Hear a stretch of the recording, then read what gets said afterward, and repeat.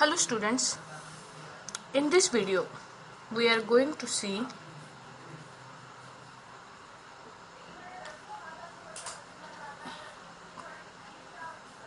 biology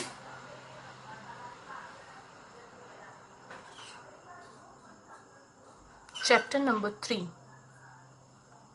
that is classification of living organism. Okay, classification of living organism. Okay, now the first term that we are going to discuss in this chapter is biodiversity. Biodiversity means what? The very first topic of this unit we are going to consider is biodiversity. Biodiversity consists of two things. Number one is bio, which is related to living things. Okay, and number two is diversity. Diversity means variation. Okay, diversity means variation.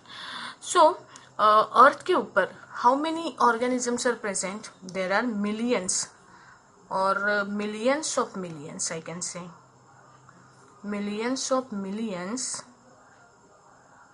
living organisms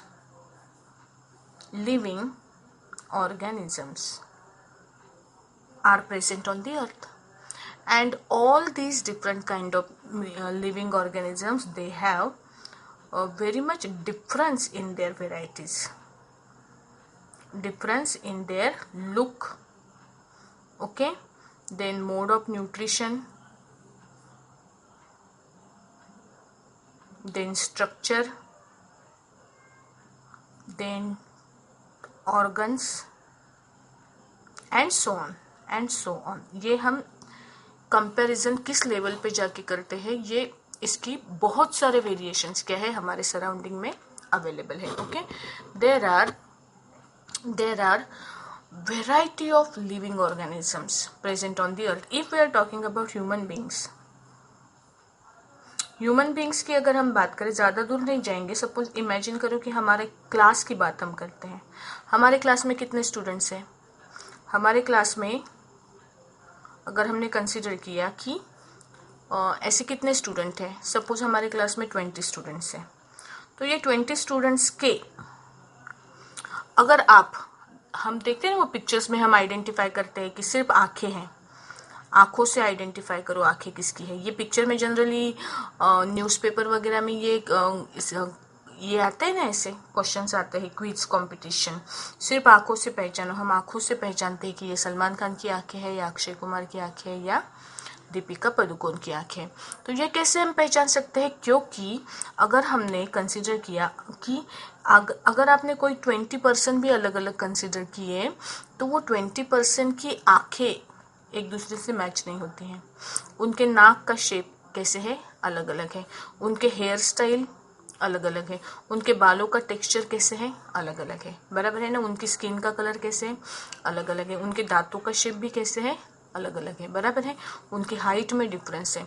तो सिर्फ human beings भी अगर हम consider करें तो पूरे अर्थ की total 700 crore plus अगर आपने पॉपुलेशन कंसिडर की, तो इसमें कोई भी दो पीपल या पर्सन हमें ऐसे नहीं मिलेंगे कि जो सेम टू सेम कॉपी है एक दूसरे की, है ना. अगर आपने जुड़वा बच्चे कंसिडर किए तो उनमें भी 100% सेम टू सेम स्ट्रक्चर किसी भी दो लिविंग ह्यूमन बींग्स का नहीं है. तो ये तो बात हुई ह्यूमन बींग्स की. तो ह्यूमन बींग्स जैसे मिलियंस ऑफ अलग अलग डिफरेंट स्पीसीज के लिविंग ऑर्गेनिज्म क्या है? अर्थ के ऊपर है ना. और ये लिविंग ऑर्गेनिजम्स में जो डिफरेंस हमें देखा जाता है, there is a lot of variation between living organisms, and this variation we term as biodiversity. Diversity. Okay, the variation is termed as biodiversity. अभी इतने वैरायटी ऑफ लिविंग ऑर्गेनिजम्स अगर अर्थ के ऊपर प्रेजेंट है तो हम क्या करते हैं, इनको अगर हमें स्टडी करने हैं, अगर मिलियन लिविंग ऑर्गेनिजम्स की हम मिलियन कंसिडर करेंगे, 1 मिलियन भी अगर आपने कंसिडर किया सपोज, तो अगर मैंने ये सोचा कि इतने लिविंग ऑर्गेनिज्म की मुझे स्टडी करनी है, study of individual living organisms, तो क्या होगा, एक लिविंग ऑर्गेनिज्म की पूरी उसका सेल का स्ट्रक्चर कैसे है, उसकी कैरेक्टरिस्टिक्स क्या है, उसकी लाइफ साइकिल कितनी है, उसका लाइफ स्पैन कितना है, उसके बॉडी में कौन कौन सी ऑर्गन सिस्टम्स प्रेजेंट हैं, उनके बॉडी का वर्किंग कैसे होता है, उसमें रिप्रोडक्शन की प्रोसेस कैसी होती है, ये सारी चीज़ें अगर हम एक एक स्पीसीज की, एक सिंगल स्पीसीज की अगर हमने इतने डिटेल में स्टडी करने की कोशिश की, तो एक साइंटिस्ट जिंदा रहता है 100 साल तक, तो उसको हर इंडिविजुअल की डिटेल में स्टडी अगर अपन करेंगे तो अपने पास इतने millions and millions of living organisms are present. So it is not possible, it is not possible for an individual, it is not possible for an individual to study all living organisms, all living organisms on earth. Okay, it is not possible for an individual to study all living organisms on earth. Okay, for this purpose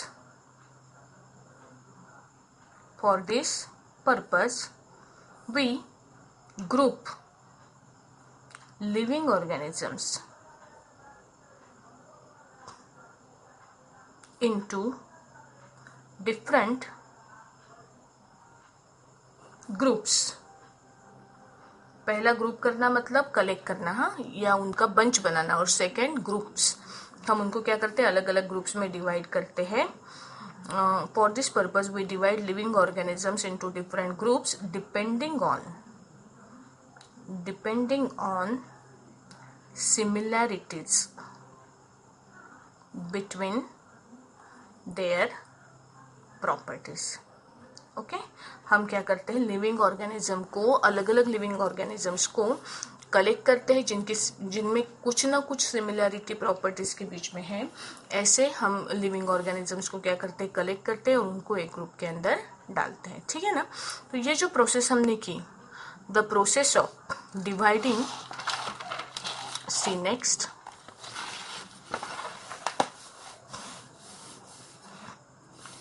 okay, what is it, the process of dividing living organisms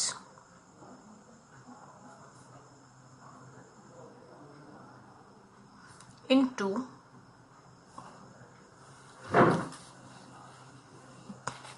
एक minute, हाँ, 1 minute के लिए रुक जाओ. Okay,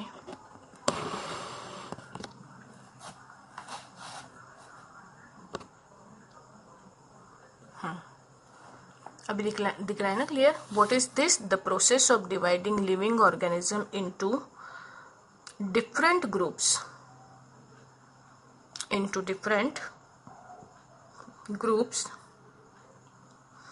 depending on similarities between them,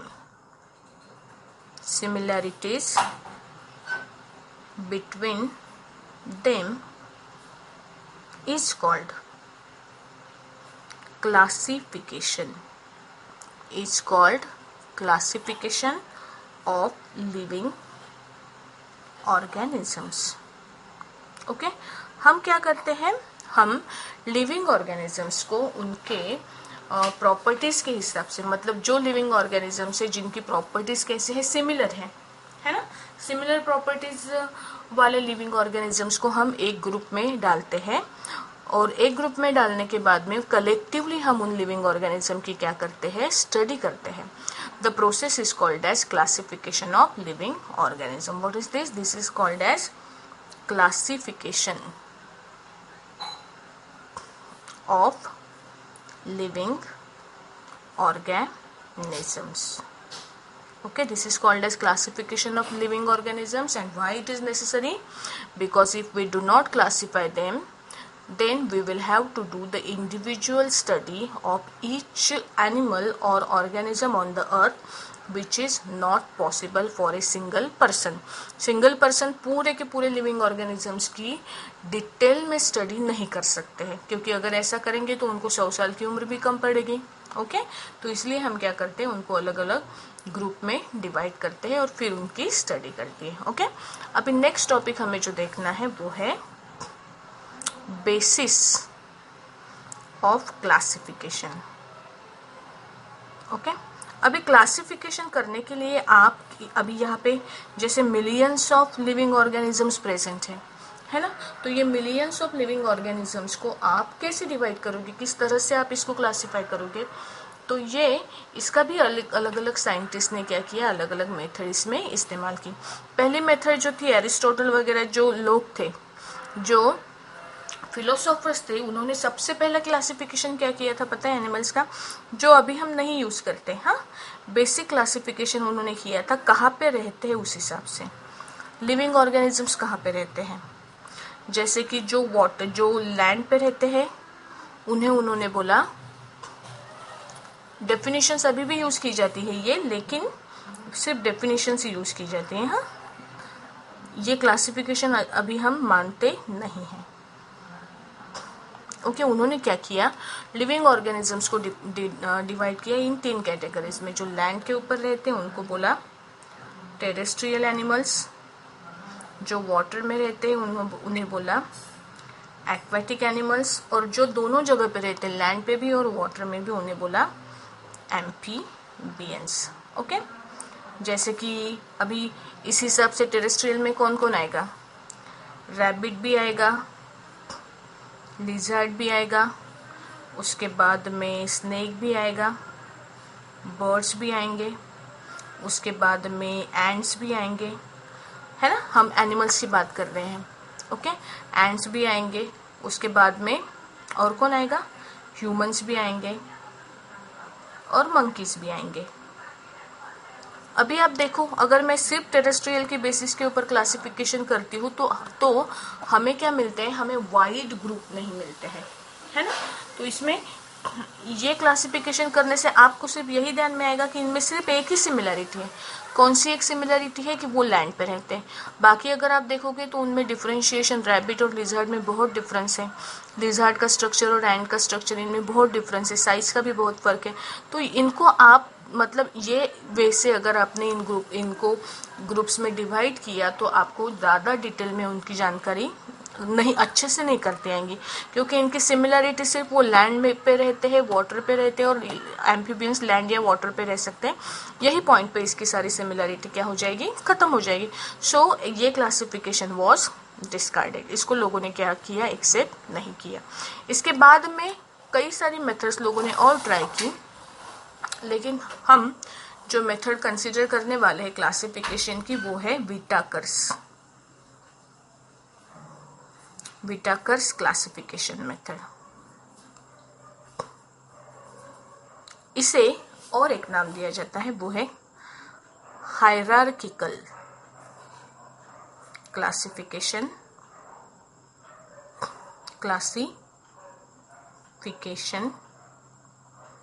This is also known as 5 kingdom classification. Okay, इसका meaning क्या है देखो. इसने क्या किया, व्हिटाकर साइंटिस्ट ने, इसने क्या किए, जितने भी ऑर्गेनिजम्स अर्थ के ऊपर प्रेजेंट हैं इसको पहले इन्होंने 5 ग्रुप्स में डिवाइड किया, 5 किंगडम्स.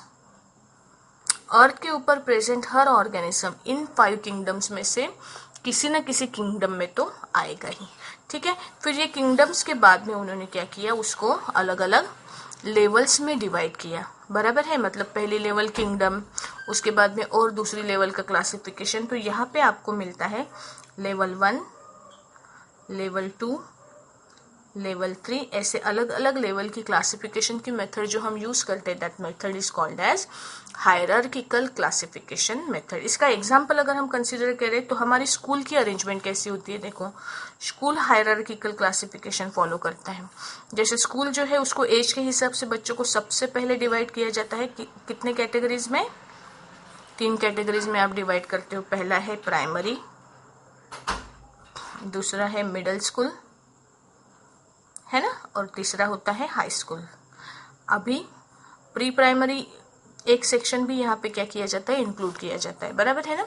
तो अभी ये प्राइमरी में क्या आएगा, ये हो गए एक level, this is level 1, this is level 1, okay. अभी प्राइमरी में जाओगे आप तो आपके पास और आएगा, अभी अपन सिर्फ प्राइमरी का देखते हैं। हाँ, प्राइमरी में अगर जाओगे तो आपको first class, second, third, fourth, middle में 6, 5, 6, 7, है ना, हाई स्कूल में 8, 9, 10 ऐसे आएंगे। ये हो गई आपकी level 2, this is your level 2। अभी अगर आप फर्स्ट कंसिडर करो तो फर्स्ट में क्या आएंगे, फर्स्ट में फिर से आएंगे 4 डिवीजन। फॉर एग्जाम्पल कौन सी, first A, first B, first C, first D, है ना। ये हो गई आपकी लेवल 3। तो ये जो लेवल बेस्ड क्लासिफिकेशन हमने देखा है, इस क्लासिफिकेशन को आप बोलते हो हायरार्किकल क्लासिफिकेशन। ये जो क्लासिफिकेशन की मेथड है इसे हम बोलते हैं हायरार्किकल क्लासिफिकेशन। तो इसको हम क्या बोलेंगे, द क्लासिफिकेशन ऑफ ऑर्गेनिजम्स। हम ऑर्गेनिजम्स को भी ये कैटेगरी में क्या करेंगे, डिवाइड करेंगे ऐसे, classification of organisms into different levels depending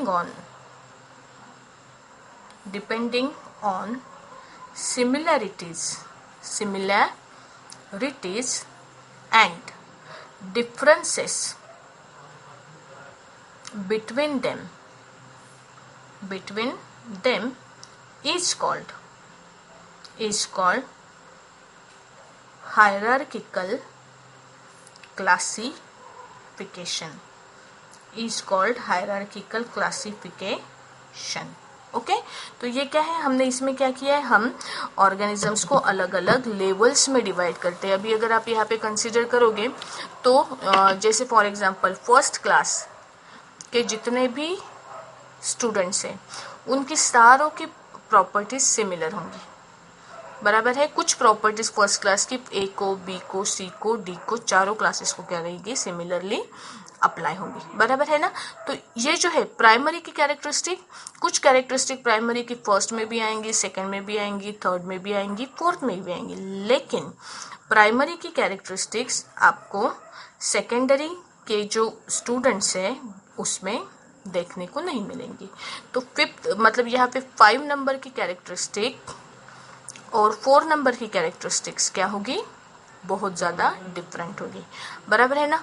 4 number की कैरेक्टरिस्टिक्स और सी की कैरेक्टरिस्टिक्स कैसे होगी, ज़्यादा डिफरेंट होगी, ठीक है। ये फर्स्ट का अगर मैंने कंसिडर किया तो फर्स्ट की ए की कैरेक्टरिस्टिक्स और बी की कैरेक्टरिस्टिक्स कैसे हो सकती है, सिमिलर हो सकती है, लेकिन ए और बी की कैरेक्टरिस्टिक 3 के कैरेक्टरिस्टिक्स के साथ में मैच होगी क्या, नहीं होगी। There will be some difference between characteristics of this A, B and 3, okay. So this is the meaning of hierarchical classification, ठीक है। हायरार्किकल क्लासिफिकेशन हम एनिमल्स का भी देखने वाले। So first of all we will consider the basis of classification. See next topic we are going to consider is basis of classification। अगर आपको classification करना है ऑर्गेनिजम्स का अलग अलग ग्रुप में तो आप किस बेसिस के ऊपर उनको क्या करते हो, क्लासिफाई करते हो, that we are going to see. अभी सबसे इंपॉर्टेंट बात देखो कि अर्थ के ऊपर बहुत सारे लिविंग ऑर्गेनिजम्स हैं। आपको ओरिजिन ऑफ लाइफ पता है अर्थ पे कैसे बना होगा, origin of life on earth हम सब जानते हैं कि अर्थ के ऊपर सबसे पहले जब अर्थ फॉर्म हुआ था, सब जानते हैं मतलब हमें थोड़ी बहुत आइडिया है कि अर्थ पहले बना था, तो अर्थ के ऊपर सबसे पहले नॉन लिविंग थिंग्स थी, है ना। कई सारी थेरीज हमें बताती है कि सबसे पहले अर्थ के ऊपर क्या बना, नॉन लिविंग थिंग्स बने। नॉन लिविंग थिंग्स के बाद में कुछ मतलब कंटिन्यूस अर्थ के ऊपर, ऐसे बोलते एक समय ऐसे था कि अर्थ के ऊपर कंटिन्यू, ये जो चीज़ बता रही हूँ मैं ये सुननी है, हाँ, ये नोट्स में लिखनी नहीं है आपको कंटिन्यूसली अर्थ के ऊपर एक समय ऐसा था कि कंटिन्यूसली लाइटनिंग होती रही। कई सालों तक अर्थ के ऊपर कंटिन्यूसली स्टॉर्म्स चले, कंटिन्यूसली लाइटनिंग होती रही और कंटिन्यूसली क्या होते रहा, रेनफॉल होते रहा। और लाइटनिंग की और रेनफॉल की वजह से ऐसे बोला जाता है कि अर्थ के ऊपर कोई लिविंग और मतलब क्या बोलते हैं उसके, कुछ नॉन लिविंग थिंग्स में चेंज होके फर्स्ट प्रोटीन मॉलिक्यूल बना, ऐसे बोला जाता है। हाँ, this is one of the theory of life. Okay, non living things जो है नाइट्रोजन, फॉर एग्जांपल नाइट्रोजन और हाइड्रोजन से के कॉम्बिनेशन से पहला प्रोटीन अमीनो एसिड्स मतलब प्रोटीन होते हैं, तो पहला लिविंग प्रोटीन कैसे बना। ये लिविंग प्रोटीन बनने में लाइटनिंग्स, कंटिन्यूस जो लाइटनिंग हुई थी उसका भी बहुत बड़ा रोल है, ऐसे लोग बोलते हैं। पहला लिविंग प्रोटीन बना और इसके बाद में फर्स्ट जो लिविंग ऑर्गेनिज्म अर्थ के ऊपर आया, first living organism on earth, ऐसे बोलते हैं कि एक बैक्टीरिया था। सबसे पहले अर्थ के ऊपर क्या बना, बैक्टीरिया बना। ओके, और ये कहाँ पे बना, इन वाटर। अर्थ के ऊपर पहला लिविंग ऑर्गेनिज्म जो बना वो क्या था, बैक्टीरिया था। और बैक्टीरिया कहाँ पे बना, पहला लिविंग ऑर्गेनिज्म बना बैक्टीरिया का। अभी बैक्टीरिया की स्टडी अगर आप करोगे सर,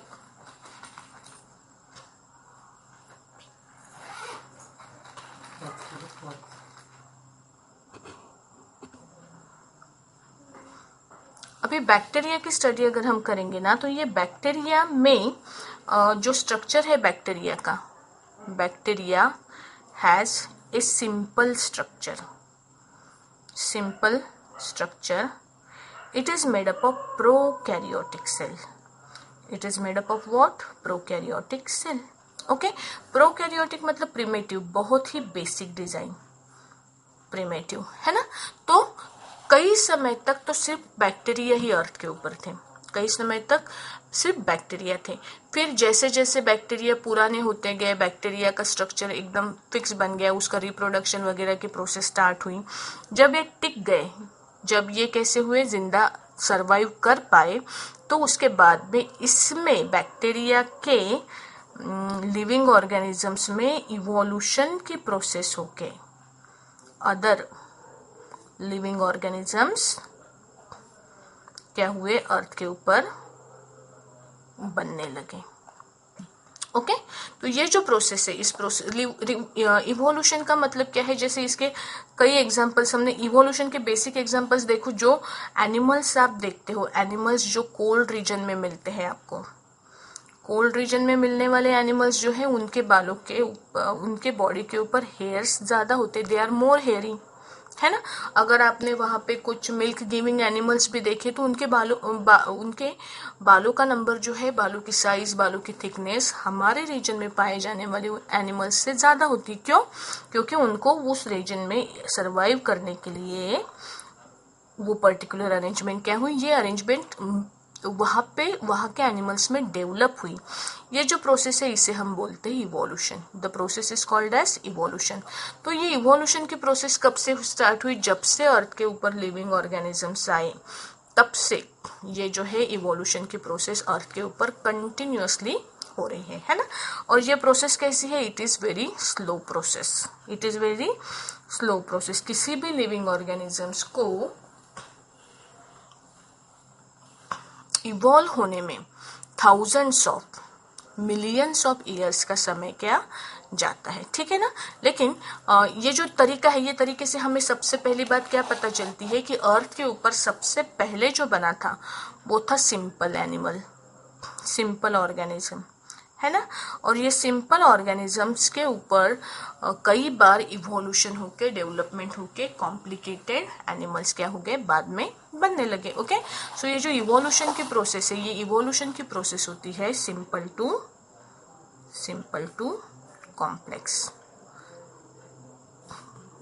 जब भी कोई भी डिजाइन अगर आप बनाते हो तो स्टार्टिंग करने से पहले आप क्या करते हो, सिंपल डिजाइन से स्टार्ट करते हो ना।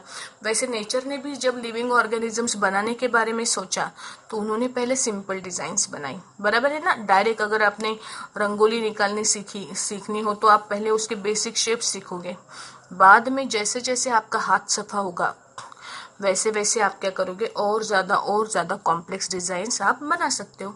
तो नेचर में भी ऐसे ही हुआ कि जो लिविंग लाइफ जो अर्थ के ऊपर स्टार्ट हुई वो पहले सिंपल से स्टार्ट हुई थी, और सिंपल से धीरे धीरे इवोल्यूशन होके और ज्यादा कॉम्प्लिकेटेड लिविंग ऑर्गेनिजम्स क्या हो गए, अर्थ के ऊपर बनते गए। तो इस सभी चीजों का ध्यान रखा जाता है क्लासिफिकेशन करते समय। Okay, so basis of classification, अगर आपको क्लासिफिकेशन करना है तो क्लासिफिकेशन का बेसिस क्या है, the basis of classification is evolution. What is the basis of classification, evolution. Evolution is the basis of classification. Okay, तो इस चीज का ध्यान, मतलब इवोल्यूशन किस डायरेक्शन में हुआ, इस चीज का ध्यान आप क्या करते हो, क्लासिफिकेशन करने के समय रखते हो। ठीक है, अगर आपको पता है कि सबसे पहले कौन सा स्ट्रक्चर बना होगा, तो सबसे पहले जो क्लासिफिकेशन करते हो ना आप, तो क्लासिफिकेशन करने के लिए सबसे पहले आप ध्यान में रखते हो basic characteristics. Basic characteristics, it means what, the characteristics by using which you can broadly divide living organisms into groups। ऐसी कैरेक्टरिस्टिक्स जिसका इस्तेमाल करके आप लिविंग ऑर्गेनिजम्स को ब्रॉड ग्रुप्स में डिवाइड कर सकते हो। ऐसे ब्रॉड ग्रुप्स जिसके सारे के सारे ऑर्गेनिजम्स में एक पर्टिकुलर कैरेक्टरिस्टिक्स कैसी है, कॉमन है, वो कैरेक्टरिस्टिक को आप बोलते हो बेसिक कैरेक्टरिस्टिक। हाँ, सो बेसिक कैरेक्टरिस्टिक अगर आपको ढूंढनी है किसी भी चीज की तो आप उसका क्या करते हो, कंसिडर करते हो इवोल्यूशन। इवोल्यूशन की प्रोसेस कैसी है, देखो सबसे पहला इवोल्यूशन किस जगह पे हुआ होगा, इसके बारे में स्टडी करके आप क्या कर सकते हो, बेसिक कैरेक्टरिस्टिक निकाल सकते हो। कैरेक्टरिस्टिक मतलब क्या, कैरेक्टरिस्टिक मतलब ऐसी प्रॉपर्टी जो आप क्लासिफिकेशन के समय में कंसिडर करने वाले हो कि इस प्रॉपर्टी के बेसिस के ऊपर आप क्या कर सकते हो, ऑर्गेनिज्म को क्लासिफाई कर सकते हो। कैरेक्टरिस्टिक के एग्जांपल देखेंगे हम। अगर ह्यूमन बीइंग्स कंसिडर करोगे तो कलर ऑफ आई, ये क्या है, कैरेक्टरिस्टिक है। कलर ऑफ आई आप कैरेक्टरिस्टिक कंसिडर कर सकते हो। स्किन कलर कैरेक्टरिस्टिक है ना। उसके बाद में आप क्या ये कर सकते हो, अगर प्लांट है तो प्लांट को आप डिवाइड कर सकते हो depending on fruit giving plant और the plant which do not grow fruits, है ना। आप प्लांट को डिवाइड कर सकते हो on the basis of flowering and non flowering. ऐसे प्लांट जिसको फ्लावर आते हैं, ऐसे प्लांट जिसको फ्लावर नहीं आते हैं, है ना। तो ये क्या है, इसके बेसिस के ऊपर आप क्या कर सकते हो, लिविंग ऑर्गेनिजम्स को क्लासिफाई कर सकते हो। तो ये जो दिख रहा है अपने को, इसे हम बोलते हैं कैरेक्टरिस्टिक्स। ओके, अभी देखो बेसिक कैरेक्टरिस्टिक्स कौन सी है, basic characteristics of classification. Classification सबसे पहले किया जाता है on the basis of type of cell. Classification is first characteristic is checked, that is type of cell. Cell किस टाइप की है, सेल किस टाइप की है ये देखने के बाद में आप डिसाइड करते हो कि उसमें सेल वॉल प्रेजेंट है कि एब्सेंट है। सॉरी, ये भी एक कैरेक्टरिस्टिक है, लेकिन टाइप ऑफ सेल देखने के बाद में आप देखते हो कि क्या है, लिविंग ऑर्गेनिज्म की बॉडी क्या है, यूनिसेल्युलर है कि मल्टी सेल्युलर है। ठीक है, यूनिसेल्युलर है कि मल्टी सेल्युलर है ये चेक किया। ये चेक करने के बाद में थर्ड चीज जो चेक की जाती है वो है cell wall. Cell wall present है सेल में कि एब्सेंट है। Okay, cell wall present absent decide करने के बाद में आप डिसाइड कर सकते हो mode of nutrition. Okay, mode of nutrition कौन सा है, उसका ऑटोट्रॉपिक है कि हेटेरोट्रॉपिक है। ऑटोट्रॉपिक और हेटेरोट्रॉपिक डिसाइड करने के बाद में आप क्या कर सकते हो, फिर इसके बाद में और आएंगी कुछ, मतलब क्या बोल सकते हैं हम उसके, फ्लावर्स लगते हैं क्या, रूट्स ब्रांचेस है क्या, जाइलम फ्लोएम टिश्यू प्रेजेंट है क्या, सीड्स आते हैं क्या, सीड्स की टाइप कौन सी है। तो ये आगे जैसे जैसे हम आगे जाएंगे ना वैसे वैसे और ज्यादा कैरेक्टरिस्टिक्स इसमें क्या होंगे, इन्वॉल्व होंगे। आगे कैरेक्टरिस्टिक्स डिफर हो सकते हैं, लेकिन पहला जो क्लासिफिकेशन है that is done on the basis of type of cell. Okay, so हम ये जो क्लासिफिकेशन है लिविंग ऑर्गेनिजम्स का ये देखने वाले हैं। और जो चार्ट मैं अभी आपको सिखा रही हूँ, ये चार्ट अगर आपने अच्छे से प्रिपेयर किया तो आपको ये जो क्लासिफिकेशन है लिविंग ऑर्गेनिजम्स का, इसके प्रॉपर्टीज बाद में लर्न करने की जरूरत नहीं पड़ेगी। ओके, तो हम मूव होने वाले हैं अभी नेक्स्ट। ये इंपॉर्टेंट चार्ट अभी मैं आप लोगों को बता रही हूँ। ओके,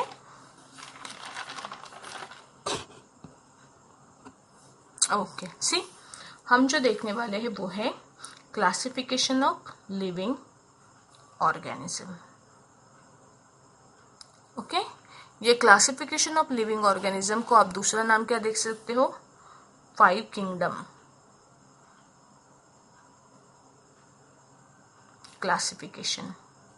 हम क्या करते हैं, लिविंग ऑर्गेनिजम्स को हमने क्या किया 5 किंगडम्स में। किंगडम मतलब जो ब्रॉड क्लासेस अपन करते हैं ना लिविंग ऑर्गेनिजम्स के, उन्हें बोला जाता है किंगडम्स। तो सबसे पहला क्लासिफिकेशन किया जाता है depending on types of cell. Depending on types of cell, आपके पास लिविंग ऑर्गेनिज्म में कौन से टाइप के सेल्स प्रेजेंट है, इस हिसाब से आप क्या करते हो, लिविंग ऑर्गेनिज्म को 2 कैटेगरीज में डिवाइड करते हो। कैटेगरी नंबर 1, यहाँ पे जो सेल्स आते हैं, cells here are prokaryotic.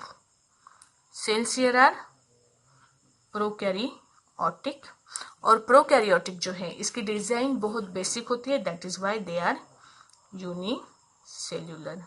Okay, ये 2 कैरेक्टरिस्टिक्स सेल के टाइप, एक तो प्रोकैरियोटिक है और इसके अपोज में दूसरा कौन आएगा, यूकैरियोटिक, और ये यूकैरियोटिक वाले सेल्स, बराबर है ना। तो पहले देखो टाइप ऑफ सेल के अनुसार हमने इसको 2 कैटेगरीज में डिवाइड किया, प्रोकैरियोटिक और यूकैरियोटिक। जो